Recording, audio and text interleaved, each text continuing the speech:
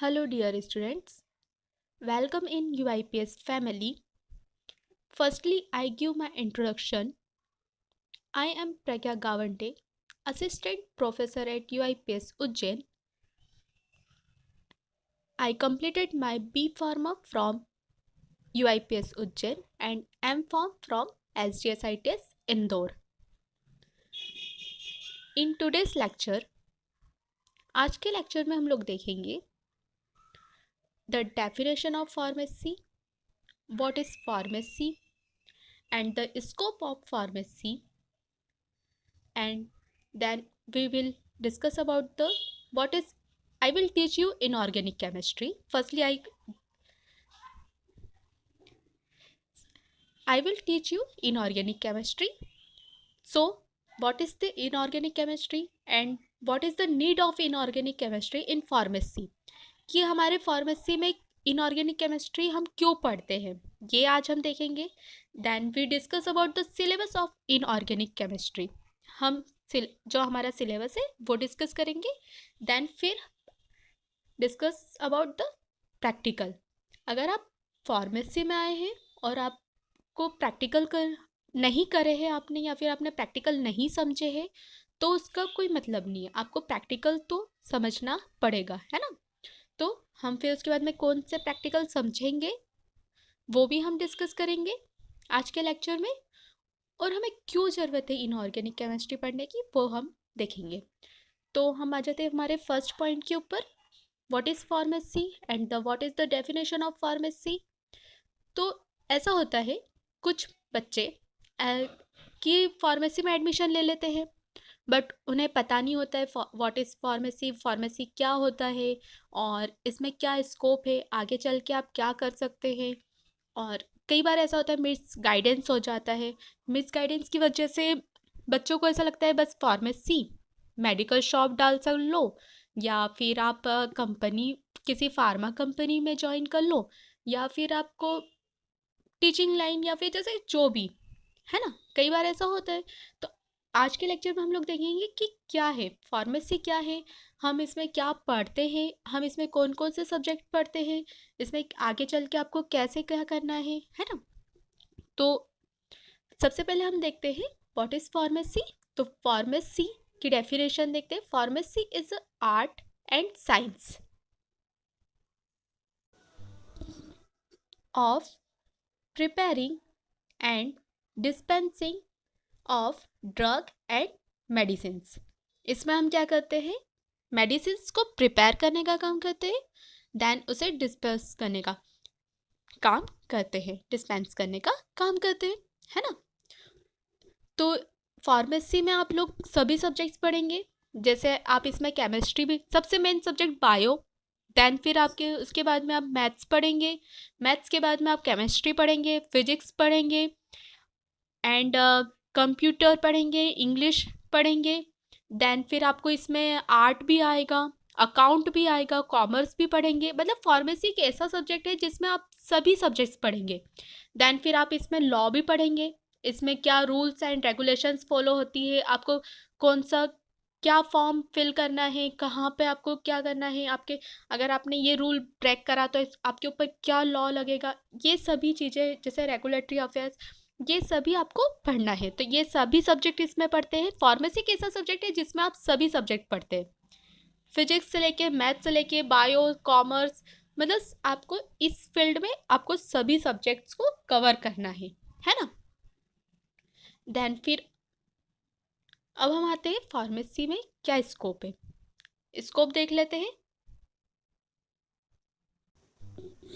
So scope of pharmacy देखने से पहले हम लोग एक और बात बता देती हूँ मैं आप लोगों को, कि हमारे फादर ऑफ फार्मेसी, मतलब फादर ऑफ इंडियन फार्मेसी कौन है, महादेवालाल शराफ.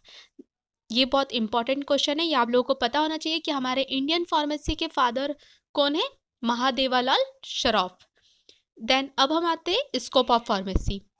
अब हम अगर आप जैसे बी फार्म कंप्लीट कर लिया, देन फिर आप उसके बाद में आपके पास में क्या स्कोप है, आप कौन सी फील्ड में जा सकते हैं, आप इसके आगे क्या जॉब कर सकते हो, ये सब हम देखेंगे. तो फर्स्ट है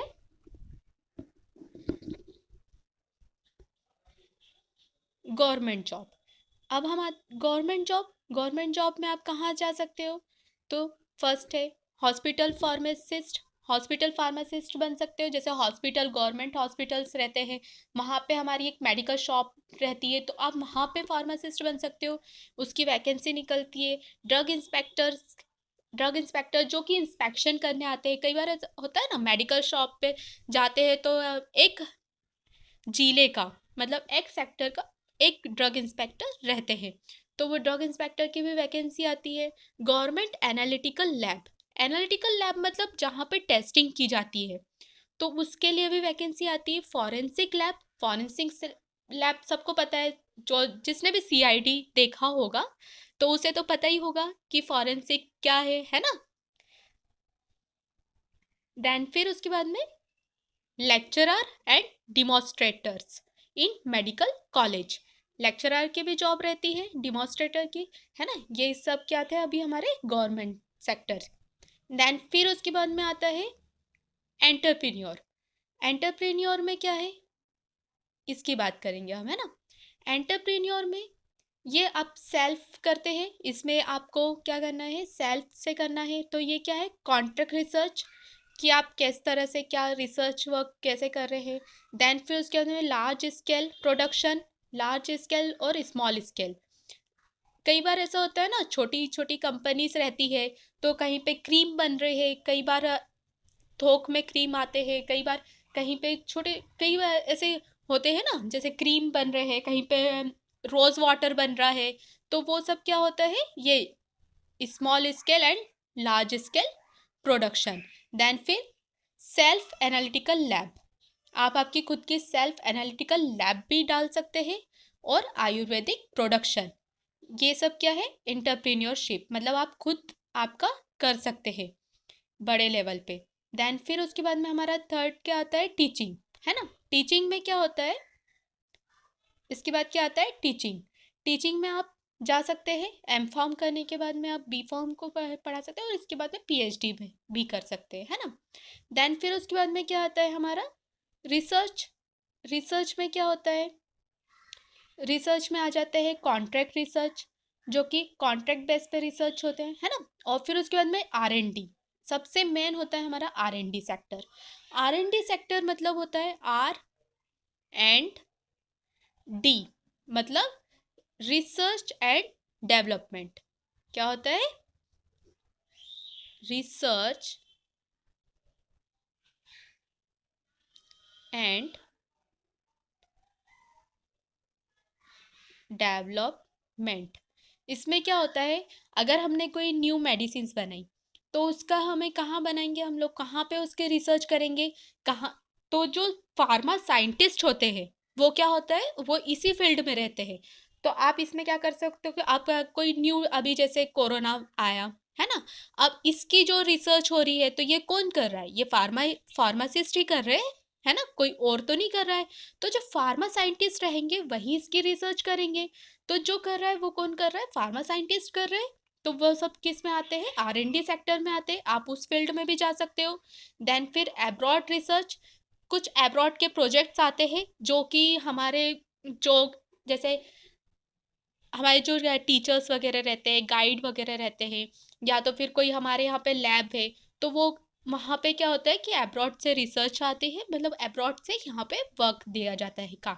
गवर्नमेंट लेबोरेटरी में जा सकते हो आप लोग, रिसर्च सेंटर में गवर्नमेंट लेबोरेटरी होती है, वहाँ जा सकते हो, वहाँ पे भी साइंटिस्ट की पोस्ट रहती है। देन फिर knowledge process company.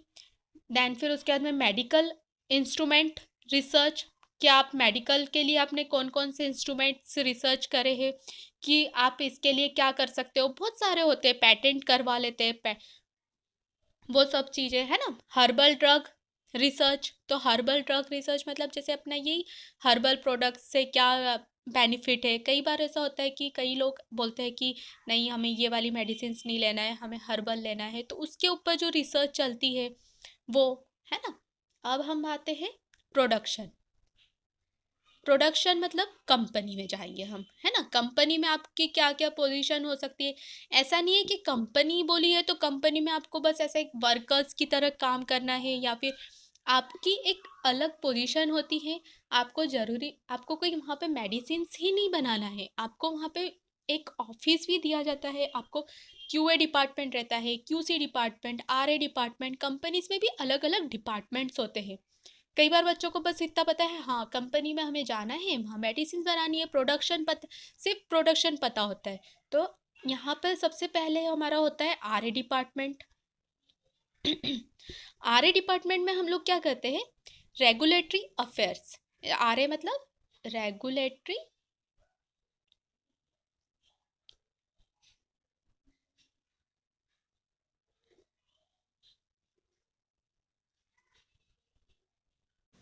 Sorry RA मतलब रेगुलेटरी अफेयर्स, है ना। तो रेगुलेटरी अफेयर्स में हम लोग क्या देखते हैं कि हमें कौन से लॉ फॉलो करने हैं, कि क्या क्या लॉ होते हैं, कि क्या अगर आप किसी कंपनी में वर्क कर रहे हैं तो वहाँ पे कौन सी गाइडेंस फॉलो की जाती है। वहाँ पे जैसे हम लोग अधिकतर याद रखना, फार्मेसी में जीएमपी, गुड मैन्युफैक्चरिंग प्रैक्टिस या फिर प्रोसेस, हम इसे ये वाली गाइडेंस को फॉलो करते हैं। हमारे जो कंपनीज होती है वो इसी गाइडेंस को फॉलो करती है।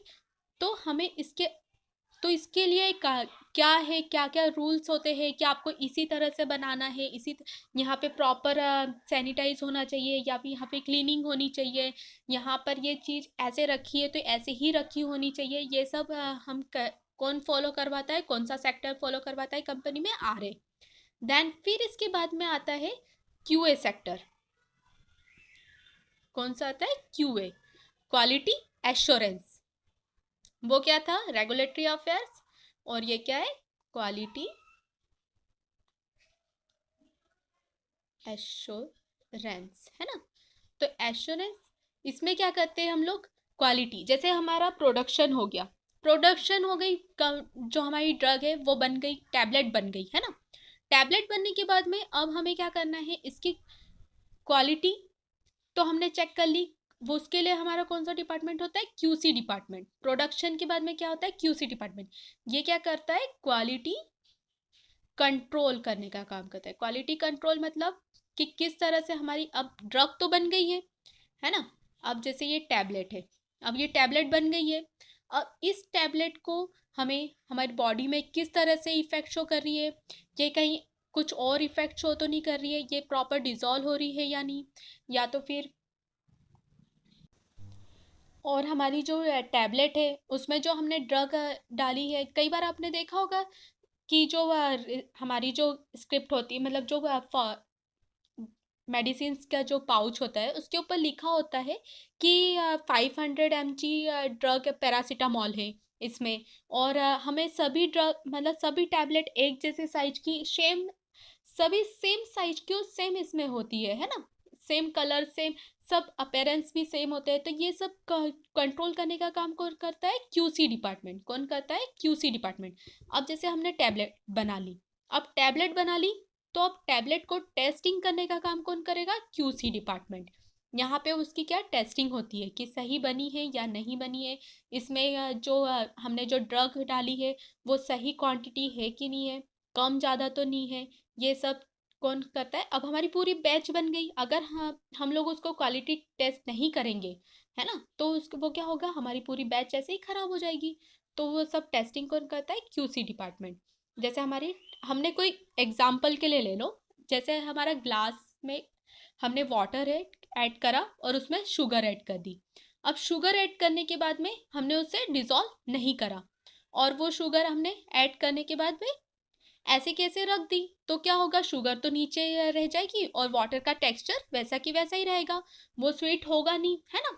सेम वही चीज़ है हमारे बॉडी में भी। जैसे टैबलेट हमने बना ली, अब टैबलेट अंदर जाकर डिजॉल्व हुई नहीं, जैसे वो डिजॉल्व नहीं हुई और वो छोटे छोटे पार्टिकल में टूटी नहीं, तो बॉडी में तो गई, पर वो क्या हुआ, वैसी की वैसी बॉडी से एक्सक्रीट आउट हो गई, सेम वैसी की वैसी निकल गई। तो वो बॉडी में, हमारे बॉडी में एक्शन शो नहीं करेगी। तो ये सब टेस्टिंग कौन करता है, क्यूसी डिपार्टमेंट। अब हम आते हैं, फिर उसके बाद में क्या होता है, क्यूए डिपार्टमेंट।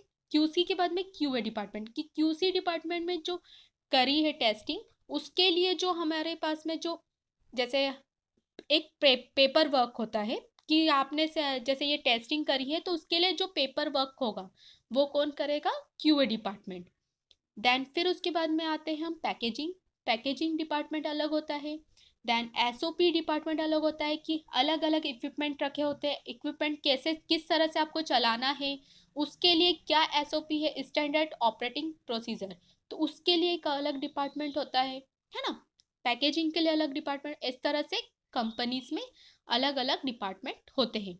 देन फिर उसके बाद में आता है second last and but not least, it this is the pharmaceutical marketing. ये सब आप सभी को पता है, फार्मास्यूटिकल मार्केटिंग एमआरशिप वगैरह करते हैं, है ना। कई बार आप लोग जाते हो हॉस्पिटल्स में जाते हो तो वहाँ पे जैसे मेडिकल रिप्रेजेंटेटिव रहते हैं, है ना। वो मेडिकल्स वो क्या करते हैं, मेडिसिन को डॉक्टर को रिप्रेजेंट करने का काम करते हैं। वो बताते हैं डॉक्टर को कि आपको इस डिसीज के लिए ये हमारी कंपनी ने ये मेडिसिन लॉन्च करी है और आपको इस डिसीज के लिए ये वाली मेडिसिन देना है और आपको ये वाली मेडिसिन प्रिफर करना है, तब जाके डॉक्टर वो मेडिसिन देते हैं, है ना। तो वो बताने का काम कौन करता है, डॉक्टर्स को फार्मासिस्ट करते हैं, है ना। तो उसमें क्या होता है, रिटेल और होलसेलर। देन आप उसमें खुद की शॉप भी डाल सकते हो। ये मेडिकल रिप्रेजेंटेटिव मतलब एमआरशिप, मार्केटिंग प्रोडक्शन मैनेजमेंट, देन फिर उसके बाद में रीपैकेजिंग।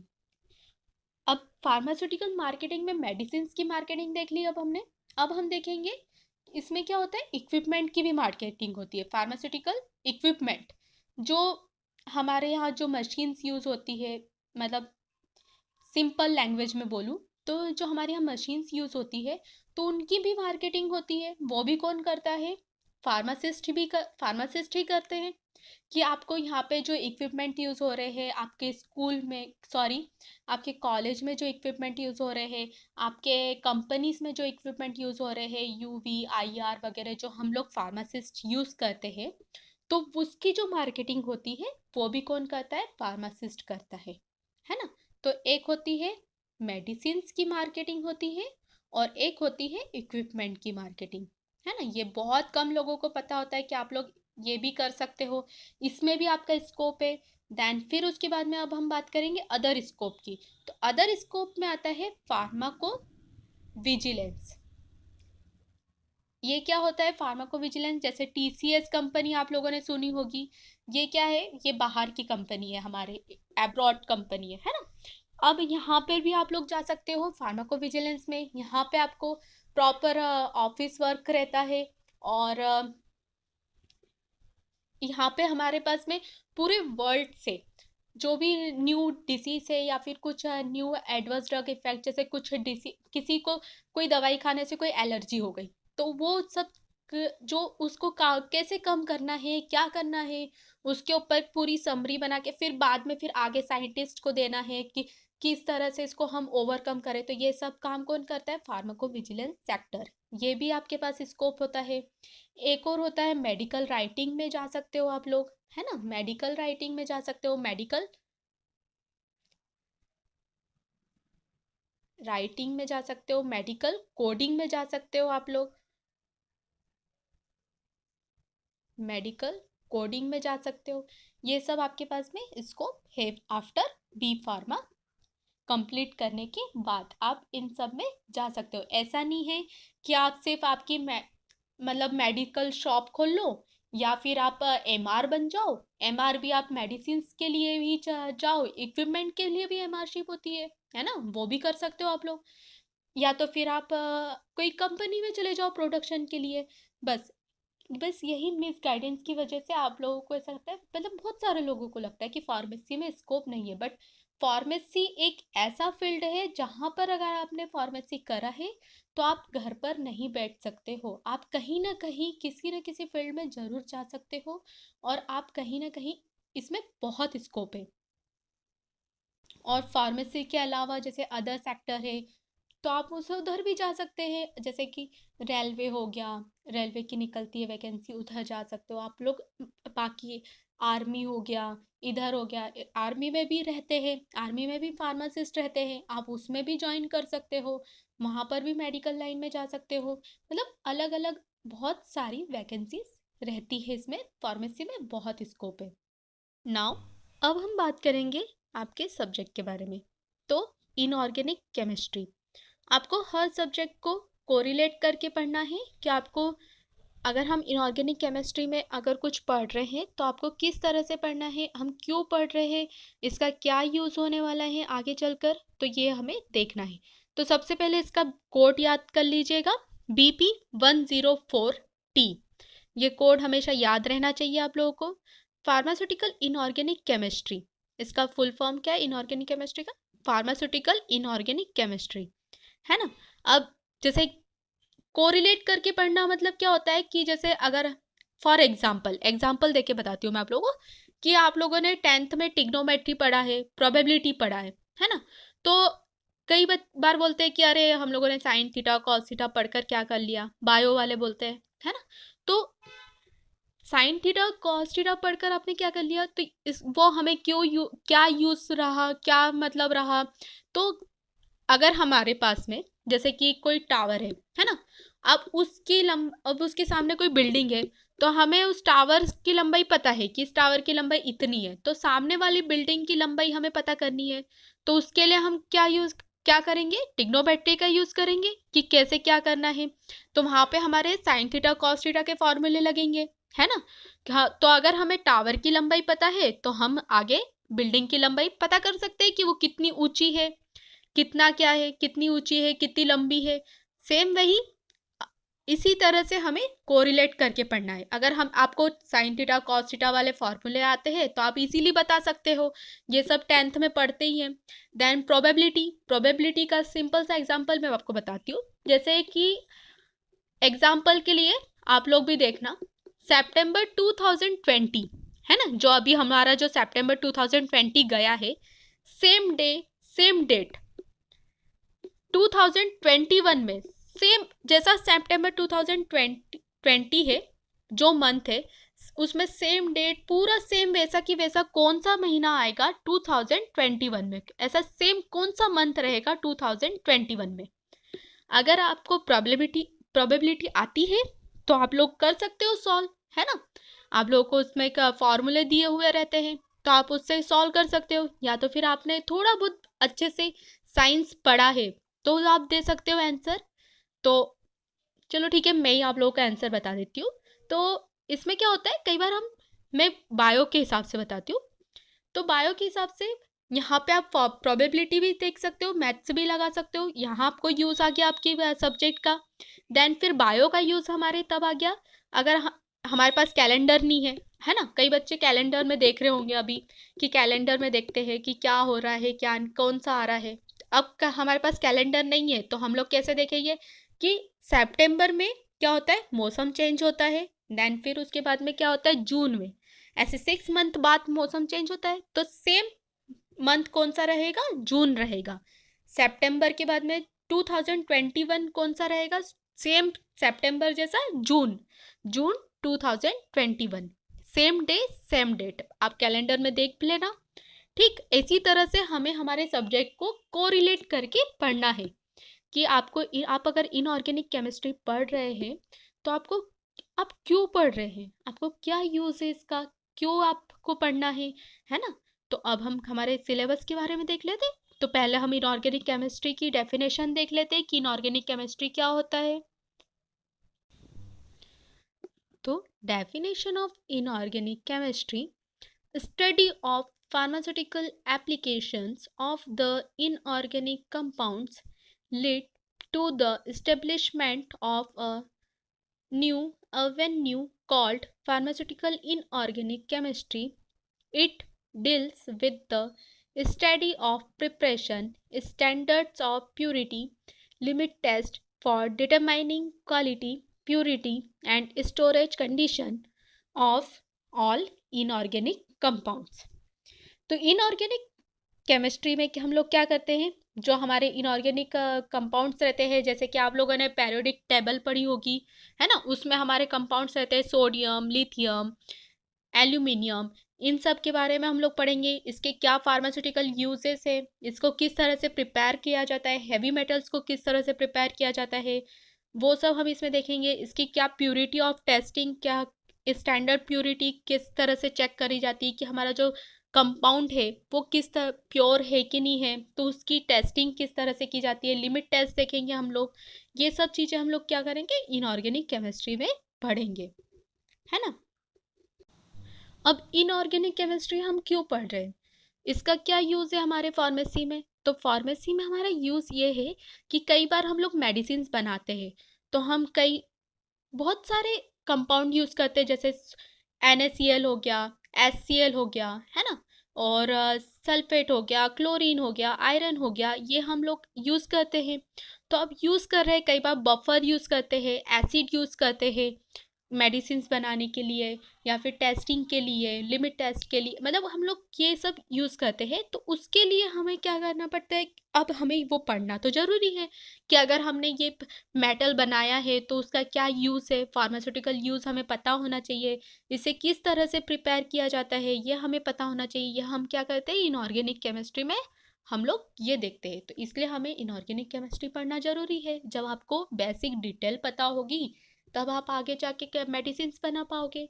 अगर आपको बेसिक डिटेल ही नहीं पता है तो आप आगे जाके मेडिसिन कैसे बनाओगे। तो सबसे पहले हम लोग फर्स्ट यूनिट देखते हैं। जैसे हमारी फर्स्ट यूनिट है ये, फर्स्ट यूनिट में फर्स्ट चैप्टर देखेंगे इम्प्यूरिटीज इन फार्मास्यूटिकल सब्सटेंस। कि इम्प्यूरिटीज होती है कई बार हमारे इसमें, तो क्लोरीन इन जो हमारे इम्प्यूरिटीज मतलब क्या होता है कि ये हम पढ़ेंगे यूनिट में। मैं आप लोगों को सुपरफिशियल बता देती हूँ। तो इम्प्यूरिटीज में आप लोगों को देखना है कि क्या, जैसे हैवी मेटल्स हो गया, सल्फेट हो गया, इसमें कई इम्प्यूरिटीज होती है। तो उन्हें हमें किस तरह से, उसके लिए हमें क्या लिमिट टेस्ट करने हैं, उसके इसमें हमें देखना है कि हमारा जो कंपाउंड है वो प्योर है या नहीं है, हमें वो, है ना, वो सब है। उसकी क्या फार्मास्यूटिकल यूज़ है, कि हम क्यों चेक कर रहे हैं इम्प्यूरिटीज़ को, ये सब उसकी फार्माकोपिया की हिस्ट्री देखेंगे, है ना, फर्स्ट चैप्टर में। देन फिर उसके बाद में सेकंड चैप्टर है हमारा general method of preparation.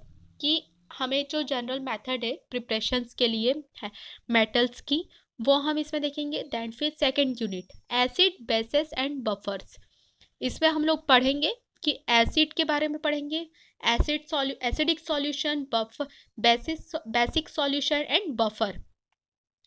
Buffer हमारा, जैसे कि आप लोगों ने देखा होगा सलाइन वगैरह लगती है ना, वो सब ये। और जैसे एसिडिक सॉल्यूशन होता है हमारा HCl हो गया, है ना, और बेसिक सॉल्यूशन मतलब हमारा NaCl वगैरह।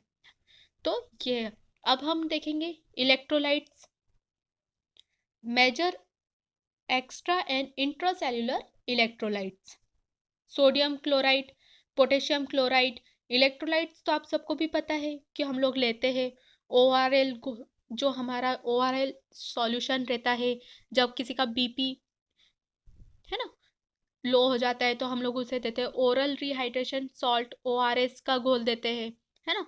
ये हम लोग इसमें देखेंगे। फिजियोलॉजिकल एसिड बेस बैलेंस, इसके बारे में हम लोग पढ़ेंगे। देन फिर उसके बाद में डेंटल प्रोडक्ट्स के बारे में पढ़ेंगे कि डेंटल प्रोडक्ट्स से आपको क्या क्या यूज़ हो रहे हैं, कि आपको कैल्शियम कार्बोनेट का यूज़ क्या है, वो उसका क्या रोल है डेंटल प्रोडक्ट्स के लिए, ये सब हम इसमें देखेंगे। देन फिर थर्ड यूनिट में आप लोगों को क्या देखना है, सॉरी, ये थर्ड यूनिट में आपको क्या देखना है, गैस्ट्रो इंटेस्टाइनल एजेंट्स।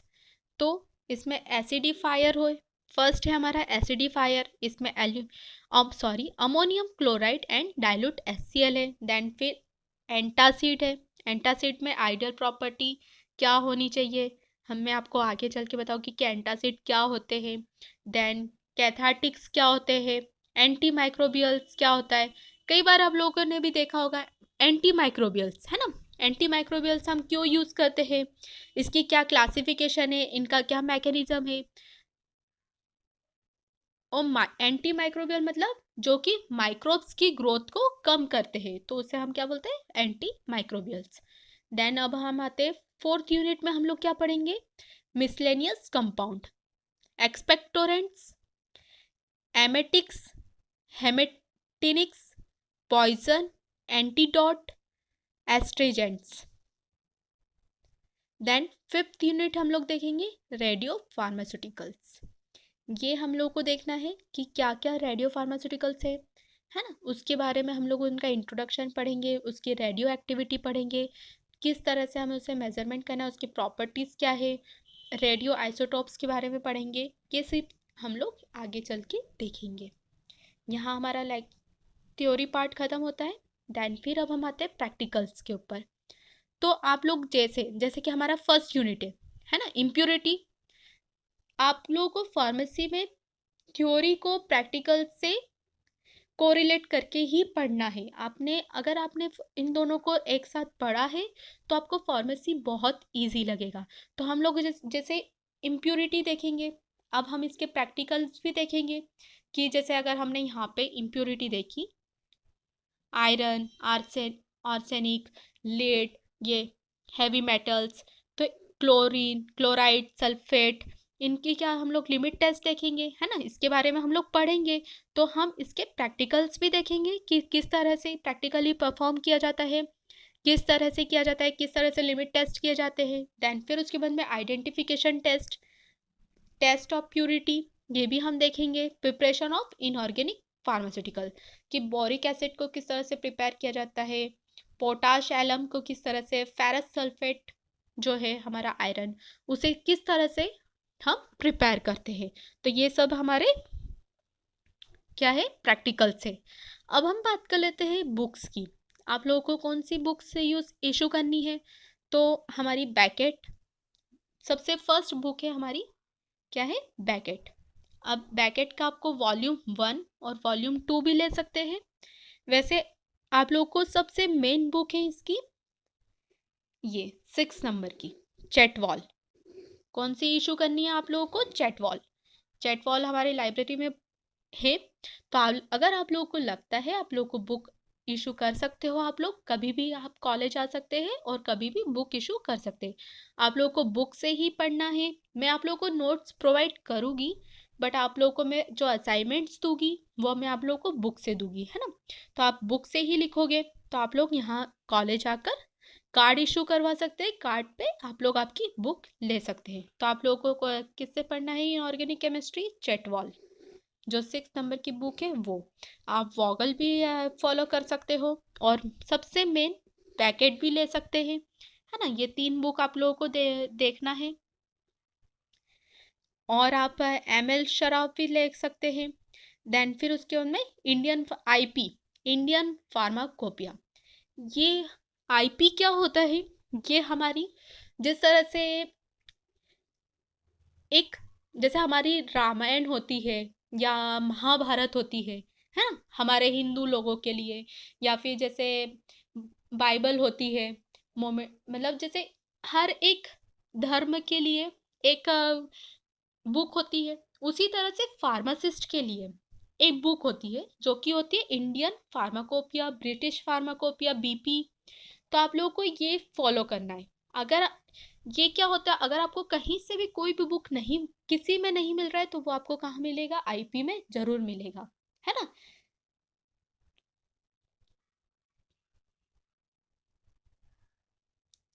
या हम लोगों ने अभी बुक देख ली है। अगर आप लोगों को बुक इशू करवानी है तो आप कभी भी कॉलेज आके बुक इशू करवा सकते हैं। देन अब हम बात करेंगे आप लोगों को, जैसे मैं फर्स्ट चैप्टर करवा दिया है ना, ये हमारा फर्स्ट यूनिट का फर्स्ट चैप्टर हो गया है। तो इसके बाद में आप लोगों को असाइनमेंट्स दूंगी, आप लोगों को वो असाइनमेंट्स कंप्लीट करने हैं, और पर वीक के असाइनमेंट्स दूंगी, या फिर 15 डेज में एक असाइनमेंट दूंगी। और उन असाइनमेंट्स को आपको अपने पास रखना है, और उसकी PDF सेंड करनी है मुझे पर्सनली। देन सभी बच्चों की PDF आनी चाहिए, और उसे आपके पास में हार्ड कॉपी आपके पास रखनी है। और जैसे ही सेशन एंड होता है उसके बाद में उसकी स्पाइरल बाइंडिंग करवा कर असाइनमेंट्स को देना है ना, उसके भी मार्क्स मिलते हैं। तो जिसके जितना अच्छा असाइनमेंट्स बनेगा उसको उतने अच्छे मार्क्स दिए जाएंगे।